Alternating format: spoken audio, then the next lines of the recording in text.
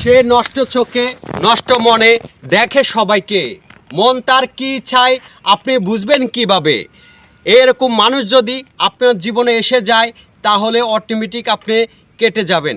যদি না বিশ্বাস করেন আপনি, হ্যাঁ, বাংলাদেশের যে মমতাজ যে ফিল্মটা আছে এই ফিল্মটা দেখলেও আপনি পুরোপুরি বুঝতে পারবেন হুমায়ুন ফরিদি কিন্তু ফার্স্টে মমতাজের সাথে সম্পর্ক করে, তারও যে মন নষ্ট দেখেই সেই নষ্ট গানটা গায়, আর ওই গানটার কারণেই বুঝে যায় যে তার জীবনটা শেষ। এখানে এরকম বহুত মানুষের কিন্তু জীবন শেষ হয়ে যায়। আপনি বিশ্বাস করেন আর না করেন জানি না, কিন্তু এই পুরো কথা শুনলে আরও বিশ্বাস করবেন আমার এই কথাগুলা, ঠিক আছে?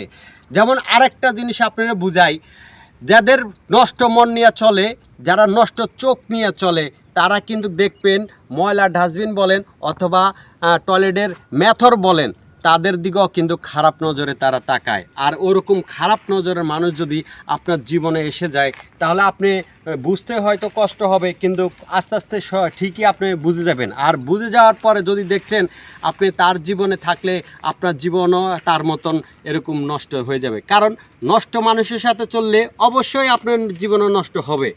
আরে ভাই, আপনার জীবন আপনারই কিন্তু সংশোধন করা লাগবে, কারণ মানুষের জীবনটা কিন্তু খুবই ছোট।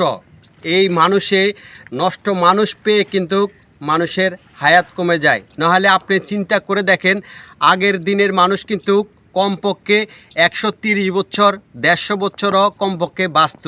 কারণ কী লেগে জানেন? তারা নষ্ট মনে মানুষ থাকতো না। কারণ বাংলাদেশে বলেন আর এখন পৃথিবীর জায়গা জায়গায় বলেন, এমন মানুষ বাইর হয়েছে যা আপনারা কল্পনা করতে পারবেন না।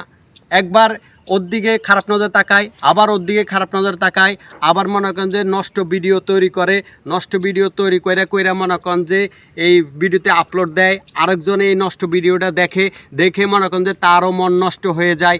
এরকম বিভিন্ন দিকেই মনে করেন যে মানুষ নষ্ট হয়ে যায়। নষ্ট হয়ে চরিত্র যখন নষ্ট হয়ে যায় তখন তার মনও নষ্ট হয়ে যায়। আর মনে করেন যে মন নষ্ট হয়ে যাওয়ার পরে কিন্তু মানুষের জীবন নষ্ট হয়। জীবন নষ্ট মানে কি জানেন? মানে আপনি মানসিক টেনশনে ভুগতেছেন, আর মানসিক টেনশনে ভুগলেই কিন্তু আপনার হায়াতটা কমে যাচ্ছে। আপনার হায়াত কমা মানে কি জানেন? আপনার জীবন থেকে আরও 50 বছর শেষ। আপনি 50 বছর না হইতেই দেখা যায় আপনি দুনিয়া ছেড়ে চলে যাচ্ছেন। আল্লাহ পাক আপনাকে দুনিয়ায় পাঠিয়েছে ঠিকই যে আল্লাহর ইবাদত করার জন্য, আর সেখানে আপনারা কি করেন?